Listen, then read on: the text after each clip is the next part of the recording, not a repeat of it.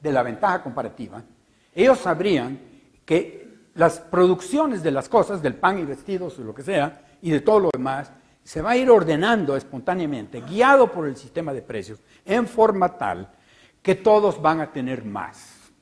Si yo en ese ejemplo quito pan y ropa, y pongo radios y televisores, y en vez de Pedro pongo Japón, y en vez de Juan pongo Guatemala, entonces tenemos que el Japón produce televisores y radios mejor que Guatemala, las dos cosas.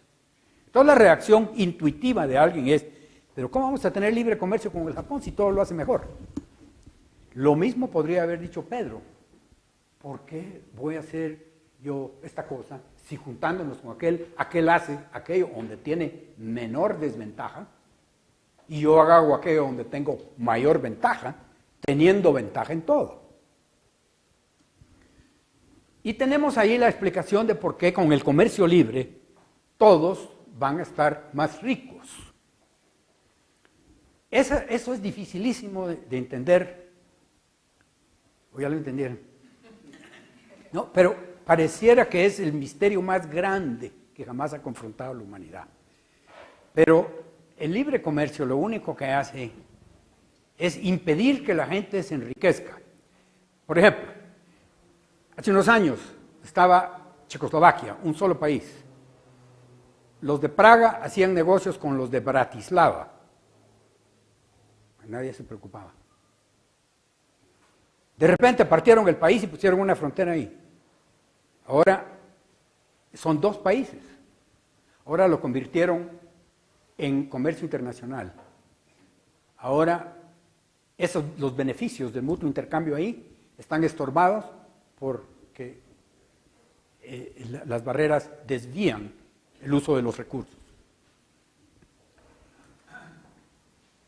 Esa discriminación entre personas que viven en distintos países es exclusivamente por el lugar de residencia de los participantes. El de Checoslovaquia, que vivía en Praga, vivía en el mismo país que Bratislava, que el de Bratislava. De repente viven en distinto país. Entonces se cree ya el gobierno debe intervenir. Yo escribí un artículo que va a salir en un folleto, ¿de cuándo? Agosto, que se llama, ya le cambiaron nombre, pero es que el nombre estaba muy mal. Y también va a salir publicado en el Ideas de la Libertad del Foundation, bajo el título Subdesarrollando a Indiana. Y ese artículo lo que está haciendo es que a alguien se le ocurrió en Indiana poner barreras arancelarias. Y entonces lo primero que tiene que hacer es ir a comprar toda clase de terrenos para poner aduanas en todos los caminos que entran a Indiana, que vienen de Kentucky, que vienen de Ohio, que vienen de Illinois, que entran por el lago aquel. Ahí tiene que poner sus edificios para tener aduanas, porque la aduana tiene que meter la mercadería. Entonces, después tiene que entrenar gente para que manejen las aduanas, apliquen las tarifas, etcétera, etcétera. Después tiene que entrenar supervisores para que sepan clasificar bien. Y después otros supervisores para evitar el contrabando, que es recientemente creado crimen. Porque antes no era crimen llevar algo de Ohio, pero ahorita ya. Ahorita es contrabando si no paga el impuesto. Así es que es un recientemente creado crimen. Y entonces empiezan a preocuparse de la balanza de pagos entre Indiana y Ohio y Nueva York y los demás. Y entonces empiezan a fomentar industrias, subamos los foros de esto, porque ahorita están trayendo sus cosas de otro lado. Aquí le vamos a poner un impuesto alto para que lo fabriquemos aquí. Pero lo vamos a fabricar aquí, sí. ¿Y dónde va a sacar el capital? Pues de otros lados, de donde se invertiría si no fomentáramos eso. ¿Y dónde va a sacar a los trabajadores? Pues de otros lados, de donde estarían si no fomentamos eso. ¿Y qué tierra vas a usar? La que se usaría para otras cosas. Que la gente actúa como que si las cosas no tienen costo de oportunidad. Y lo que pasa es esto. Supongamos que en un país dado, en un momento dado, están produciendo A, B, C y D. Supongamos que están produciendo estas cosas. ¿Por qué las están produciendo? Porque según todos los indicadores de mercado que reciben los actores, los dueños y todos los demás, esto es más rentable que F. Entonces, nadie invierte en F. ¿Por qué? Porque no es negocio. ¿Y por qué no es negocio? Porque dadas las condiciones económicas no resulta negocio. Pero entonces viene algún sabio, Sabios son todos los que son electos, con pocas excepciones. Viene dice, hay que fomentar F. Bueno, ¿qué quiere decir fomentar? Desviar recursos. Algunos de aquí, algunos de aquí, algunos de aquí, aquí. Para que esto sea más rentable que las otras cosas que están haciendo. Eso se llama fomento. La gente solo ve esto. Porque dicen, fíjate, qué bueno, que fomentaron aquello, mira ahora todo lo que están haciendo. Lo que no se mira es el costo de oportunidad. Las cosas que disminuyeron de producción o que se eliminaron del tiro. Porque los recursos no son infinitos. Uno no puede de repente poner aquí recursos de mano de obra, de capital y de otras cosas para producir F sin que hagan falta en otro lado. Y para llevárselos aquí, tienen que ir a competir en el mercado de recursos por los recursos, porque los recursos hay que comprarlos. Y el mercado está ordenado muy bien. Aquí estamos los consumidores, los empresarios, y aquí están los dueños de recursos, que somos todos, de nuestro tiempo, nuestro talento, las cosas que tenemos. Aquí están los consumidores, que también somos todos. Y aquí estamos coordinados y entrelazados por el mercado. Aquí está el mercado de recursos, y aquí está el mercado de productos.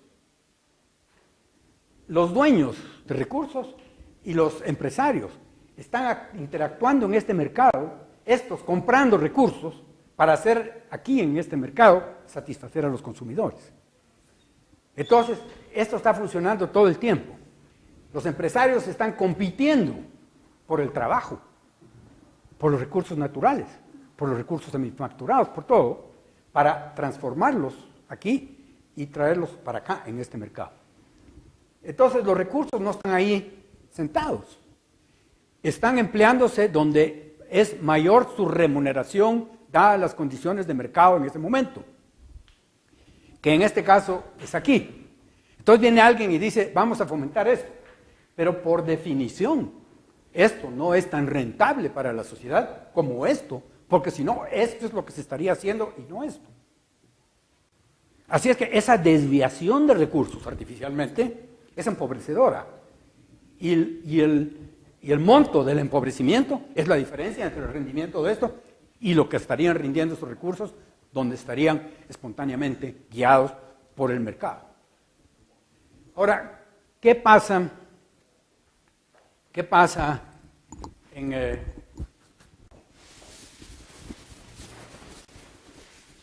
con la protección?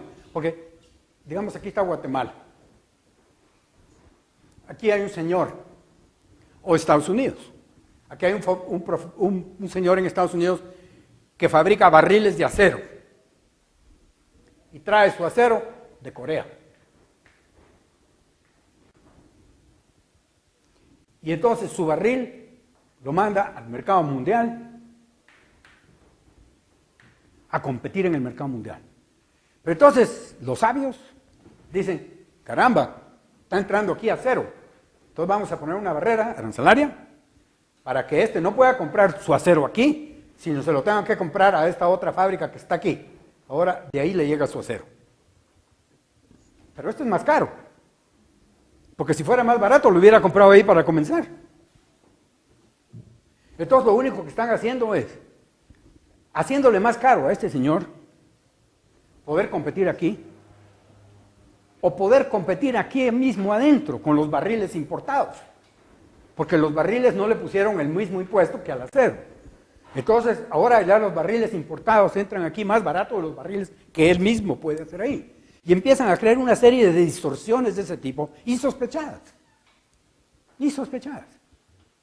como lo está averiguando Bush ahorita, que de repente ¡plum!, le están saltando así las liebres de las consecuencias de haber puesto el impuesto al acero. Entonces, para lo que esta barrera sirve es para empobrecernos. Primero, por la desviación de recursos que se hace. Y les voy a contar una cosa. Por ejemplo, cuando se hizo el mercado común centroamericano, pongamos aquí 5 países. Sí, no falta ni sobra nadie. Entonces,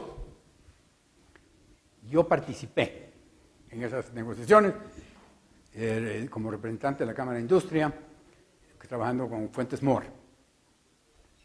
Y nos juntábamos para las negociaciones. Y recuerdo una en particular. En Nicaragua disponen poner una fábrica de soda cáustica. Por supuesto que antieconómica. Es decir, se va a justificar las utilidades de la fábrica de soda cáustica por la protección que se le va a poner.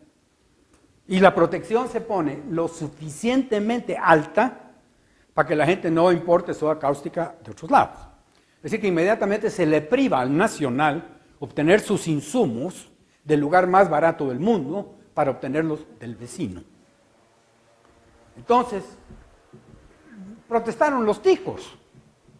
Dijeron, mire, ¿cómo quiere que pongamos una tarifa alta aquí? Ahorita estamos trayendo nuestra soda cáustica de aquí y ahora quieren una tarifa para que venga de aquí. Y la respuesta fue, no importa, porque vos vas a producir refrigeradoras y nosotros estamos trayendo nuestras refrigeradoras de Alemania y Estados Unidos y vamos a poner la tarifa suficientemente alta para que todos los que quieren refrigerador aquí la tengan que comprar aquí. Ahora díganme si eso no es idiota. Lo que estábamos era negociando sacrificios y no lo sabíamos. Yo tampoco lo sabía. Yo creía que estaba fomentando la industria aquí. Y por eso estaba ahí metido.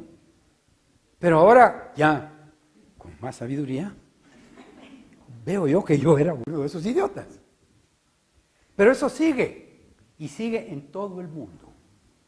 En Europa, en Estados Unidos, en América Latina, etcétera, etcétera. Se están negociando sacrificios mutuamente. Entonces, lo mismo pasa internamente. Por ejemplo, aquí venía la soda cáustica. Ahora se hace aquí. ¿Por qué? Porque se hizo una barrera aquí para que no entre, para comprarla aquí. Lo mismo pasa en el caso del fomento, que estaba diciendo antes. Se establecen privilegios para que la actividad que se desea fomentar no tenga que contribuir al gobierno en la misma proporción que todo el resto de nosotros lo tenemos que hacer. Entonces dicen, usted está exonerado de esto, usted no tiene que pagar esto, usted no tiene que pagar esto. Y por ejemplo, supongamos que queremos fomentar la siembra de brócoli. Entonces, subsidiamos el brócoli. Le prohibimos a la gente que compre brócoli en otro lado. Y la gente que va a sembrar brócoli va a ganar mucho dinero. ¿Y por qué no está sembrando ahorita brócoli? Pues porque no es negocio, no es rentable. Pero lo vamos a volver rentable, artificialmente con leyes. Le vamos a dar la muleta del Estado para que sea rentable. Y entonces, cuando ya sea rentable, puede desplazar del uso de la tierra los otros productos agrícolas que no necesitan de subsidio. Entonces, la pérdida social es enorme, porque el país pierde el beneficio de dejar hacer todas las cosas económicas que no necesitan subsidio y distrae los recursos de la gente para hacer rentable algo que es ineficiente y que por lo tanto no podía competir. Y supongo que es porque no era eficiente, porque si fuera eficiente y de todas maneras se está fomentando con los recursos del pueblo, eso ya es maldad. Ahora, si suponemos que es para financiar ineficiencia, entonces solo se están quitando los recursos de la gente que tiene que comprar las cosas y se están tirando a la basura, porque pagar por ineficiencia es tirarlo a la basura. Entonces, esa es una manera de empobrecernos todos. Quitar los beneficios de la producción de la gente, quitarle el poder adquisitivo a la gente, porque, miren, si uno tiene que pagar más por el brócoli de lo que tendría que pagar en ausencia de la protección, esa diferencia se la puede uno gastar en otra cosa.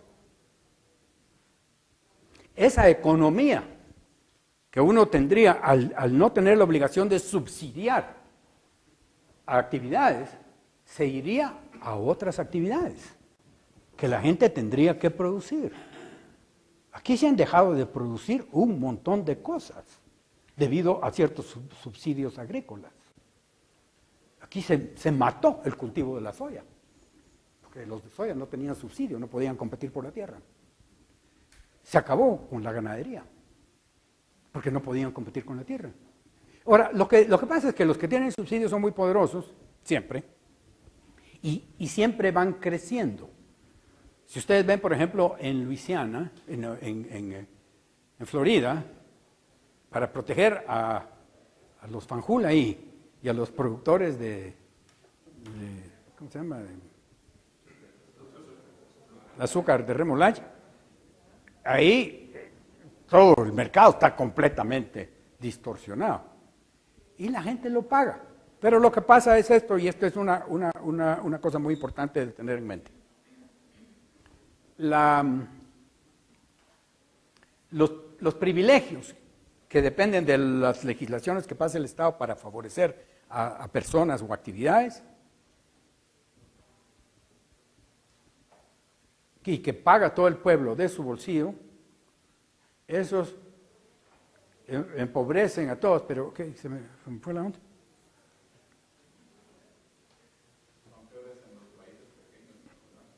Ah, eso era donde tenía que ir, sí.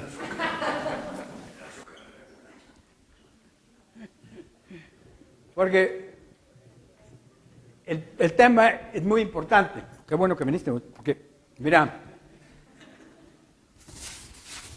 así me tenés que soplar más seguido, no tengas pena. En un país grandote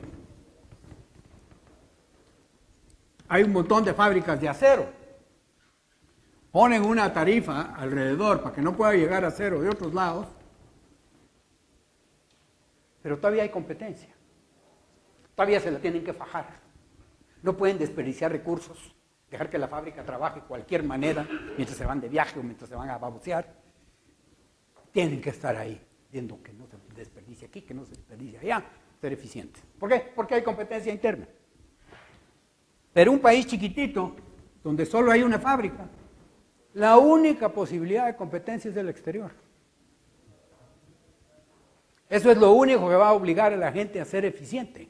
La competencia. La competencia o la amenaza de competencia. Porque no es necesario que exista la competencia. Lo importante es que exista la posibilidad de competir. Porque también en un país chiquitito, no digamos, van a haber dos fábricas de acero, dos fábricas de esto, porque no caben. No hay suficiente mercado. Ahí las escalas, las economías de escala funcionan, pues hasta que no se llega a cierto nivel de producción, no se tienen los costos bajos para poder competir con los productos importados. Pero por eso es que la apertura es más importante. Y este ejemplo que puse yo ahí de Indiana es precisamente para enfatizar eso, que si Indiana adopta las políticas económicas, por ejemplo, de Guatemala y de todos los países subdesarrollados, se vuelve subdesarrollado. Porque empieza a proteger todo lo que tiene adentro, a sacrificio del bienestar de todos los que están adentro. Y lo peor del caso, esto es lo que iba a decir hace un rato, siempre viene de regreso. Lo que iba a decir, ya se me fue, no. Lo que es que los protegidos, su influencia crece con el tiempo, porque los mismos políticos se vuelven más dependientes de ellos. Cuando ya en Indiana protegieron todas estas industrias, y cuentan la historia de ahí, que van a leer, cuentan ahí que entonces ya unos señores dijeron, miren, nos equivocamos. Deberíamos haber seguido en el mercado común que se llama Estados Unidos. Porque Estados Unidos es un mercado común. No sabían cómo se llamaba un mercado común cuando hicieron los Estados Unidos. Pero desde el momento que prohibieron que hubieran impuestos entre estados, crearon un mercado común, que es el 30% de la economía del mundo. Es decir, que pueden pensar que los Estados Unidos es un globo del 30% del tamaño del mundo. Y ahí vean cómo funciona el libre comercio. Ahí los estados chiquitos no están mal, porque los estados más ricos están bien. Todos están mejor. Y todos van subiendo poco a poco, unos más rápido y otros más lentos. Y los que hacen burradas no las copian los demás, sino que esa se muere y su efecto se queda por ahí. Y los que hacen buenas cosas lo copian todo y se generaliza lo bueno. En fin, ese es un mercado común, donde no han homologado la legislación como quieren hacer estos en Europa, que quieren que no haya competencia en impuestos, que no haya competencia en legislación laboral, que no haya competencia, todo. Y realmente es la competencia y la prueba y error que es lo que guía todas las actividades humanas hacia lo mejor. Y si eso se prohíbe por ley, pues es estancar. Y es lo que están haciendo ahorita en Bruselas. Bueno, pero en esos países donde se crean esas economías artificiales que son lucrativas para esas minorías, se vuelven poderosos y después impiden que se corrijan. Porque vienen los fabricantes de acero de aquí, de Indiana, y vienen ahí y le dicen, mire, ahorita no nos puede quitar la protección. Si tenemos 10,000 empleados, se van a quedar empleados. Y todos tienen mujer, vamos por 20,000. Y todos tienen 3 hijos, vamos por 60,000. Aquí va a ser un caos. Imagínense las divisas que vamos a perder. Vamos a estar importando todo el acero a Indiana. Mire la balanza de pagos, los problemas que van a venir. Y el gobernador de ahí le entra miedo. Dice, sí señores, sigan con eso, no quieren más.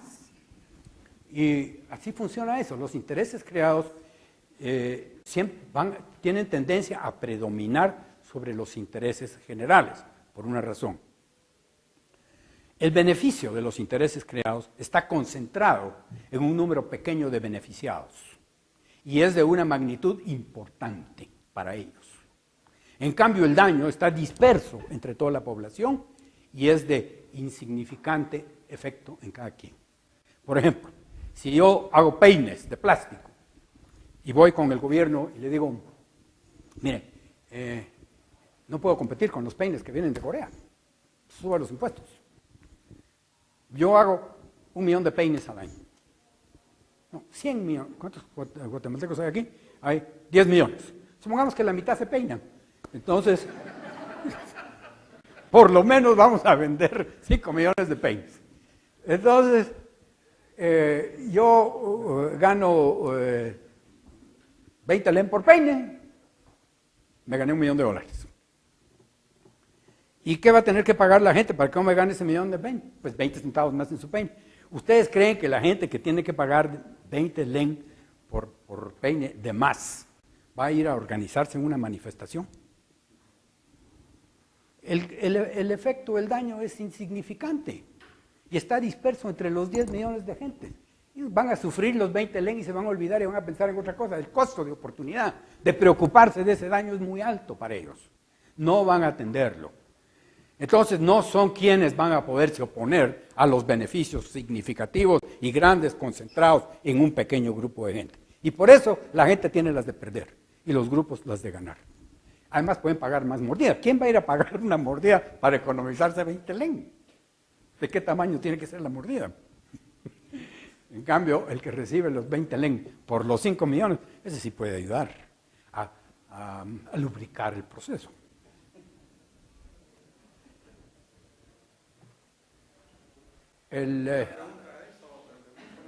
¿Sí? ¿Qué se puede responder? Porque lo que priva a nivel político y lo que ven en los periódicos es cómo no se da protección porque estamos importando productos que están protegidos, subsidiados. Ese es el argumento de todo el mundo que no quieren comprender, pues, ¿y cómo se lo va a explicar a esta gente? Bueno, ese es el argumento de algunos, de los más vociferantes, pero muchos otros no están subsidiados. Por ejemplo, el zapato no está subsidiado, un montón de cosas no están subsidiadas en otros lados. Ahora, este es un argumento muy difícil de vender, porque, y Bastiat creo que publicó el mejor argumento en contra. La petición del manufacturero de candelas. Él solicita al gobierno que se prohíban las ventanas. Porque hay un productor de energía solar afuera que está haciendo dumping. Pero al cerrar las ventanas, tira toda esta energía a cero costo. Contra eso, ¿quién puede competir? Entonces, hay que prohibir las ventanas y entonces va a florecer la industria del aceite de combustión, de transporte, de pesca, porque tienen que ir a pescar más ballenas para traer el aceite de ballena, para iluminar las casas, que ahora no están dejando entrar ese dumping. Ahora, imagínate si se abren las ventanas, entra todo el dumping. Se perjudicó a todos los que producieran aceite de ballena, los pesqueros, los transportistas, los que hacen candelas y todos los demás. Y ahora todos esos que se quedaron sin empleo. No, señor, ellos van a hacer lo que están haciendo porque no cerraron las ventanas. Ellos eso es lo que estarían haciendo. Ahora, es que están subsidiando los de afuera. Más razón para cerrar las ventanas, porque esas las están enviando gratis. Toda la energía gratis. Ahora, cuando alguien subsidia algo y lo manda para acá, lo que hay que hacer es darle las gracias. ¿Por qué? Entonces uno puede utilizar sus recursos para otras cosas que no le están regalando. Porque si a nosotros nos van a regalar un montón de cosas, pues qué mejor. Podemos hacer otras cosas. Pero hay una teoría de que tenemos derecho a hacer lo que estamos haciendo. Es una teoría estúpida. Nosotros tenemos que estar cambiando lo que hacemos constantemente, toda la vida, o nos quedamos sin cambiar. Y quedarse sin cambiar es quedarse como estás. Y quedarse como estás es quedarse pobre. Así que el cambio es inevitable si queremos progresar. Y estar tratando de que no cambie aquello, y que no cambie aquello, y que no cambie aquello, es tratar de que no cambiemos. Y si no cambiamos, pues otra vez nos quedamos pobres. Es un argumento muy difícil que acepte el que está produciendo algo. Y es lógico, es muy lógico que se... Pero ¿sabes cómo se corrigen esas cosas? Si la Constitución de la República prohibiera que se hagan leyes que otorguen privilegios, no podrían ocurrir esas cosas. Y nadie estaría reclamando que le den privilegio, porque la gente puede reclamar que le den un privilegio, porque el gobierno tiene la potestad de darlo. Y entonces la gente va a convencer al gobierno que lo dé, porque el gobierno es político, y el gobierno le conviene complacer a la gente. Lo que haría más fácil gobernar a este país que ninguna otra medida es prohibir privilegios. Además de fortalecer el Poder Judicial.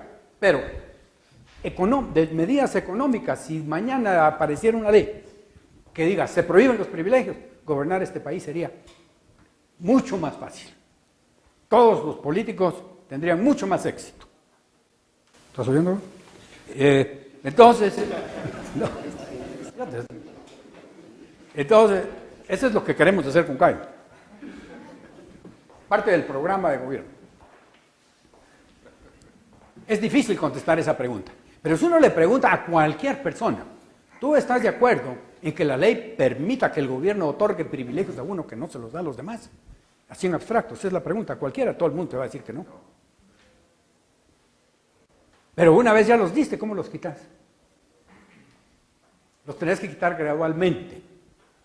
Porque tampoco querés arruinar a toda la gente de la noche a la mañana. Hay que darle tiempo a que se dice, bueno, estas cosas las vamos a cambiar, dentro de 5 años no existe, o dentro de 3 años no existe. Pero ustedes empiecen a reasignar sus recursos para lo que sepan hacer sin la muleta del gobierno. Porque aquí todos los negocios que necesiten la muleta del gobierno para subsistir, que se jodan. Perdón. Pero eso algún día lo tenemos que hacer si queremos salir de pobres. Mira, si queremos salir de pobres, tenemos que abrirnos al mundo. No hacernos socios de El Salvador y Honduras, hacernos socios del mundo. Si vas a buscar socios ricos. Y no actuemos con mentalidad de pueblito. Hacer caso que somos parte, si nos dijeran mañana, por ejemplo, mire, usted quisiera ser el estado número 51 de Estados Unidos. Pues si no fuera por otras cositas, yo diría que económicamente nos conviene. Hay algunas cosas que no me gustarían, ¿verdad? Pero eso, bueno, eso es otro tema. Pero económicamente, ¿creen ustedes que eso sería un desastre? Si mañana nos dicen, mire, incorpórense como se incorporó Alaska, o como se incorporó Hawái, o como se incorporó el oeste. ¿Quién sufrió? Todo su nivel de vida se fue para arriba. Ahora nosotros no nos aislaron. nosotros nos aislamos. El remedio está en nuestras manos. ¿Qué función social tiene la propiedad? Fíjense, del ejemplo que yo puse, se me olvidó decir lo siguiente, que el propietario, el dueño de la cajita, la tiene en fiducia. Es fiduciario.